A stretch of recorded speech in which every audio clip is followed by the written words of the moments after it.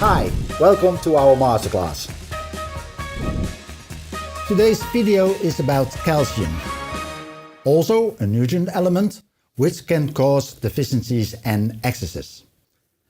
If you grow with the right nutrient blend and the right type of nutrient, and of course you give the right dose, in theory it's not possible to get any kind of underfeeding or overfeeding the plant.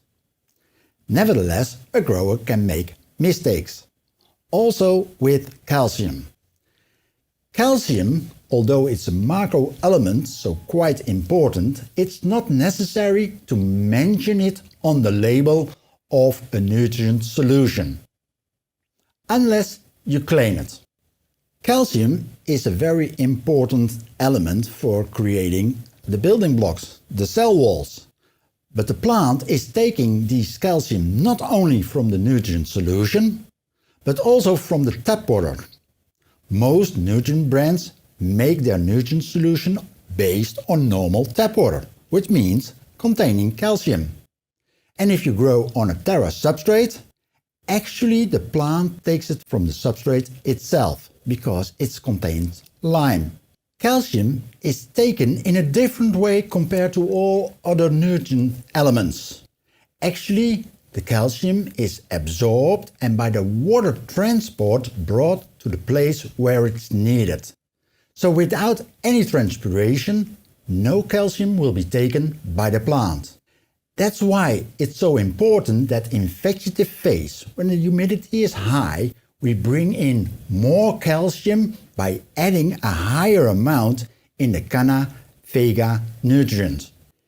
If your climate is high in humidity for a long time, you create actually calcium deficiency. But that also means he will take something else, for example potassium. Often you will see a potassium excess by a deficiency of calcium. Deficiency of calcium is often shown by brown spots in the old leaves. But don't misunderstand it with magnesium deficiency. It's almost a lookalike because they go together. Magnesium, calcium and potassium are antagonism of each other. That means they compete. That's the reason when we give an overdose of PK1314, what you will often see is a deficiency of calcium. An excess of calcium is also possible, mostly created by using very hard water, which contains, of course, a lot of calcium.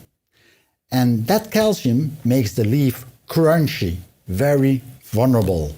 Hard, but vulnerable. And in that case, it's better to make use of a softer water, or you make that water by using a reverse osmosis filter. Calcium, magnesium and potassium, like I said, are antagonism. Because of that, it's hard to see what is the real problem. That's the reason why I also recommend to have a look with the other videos to see the differences.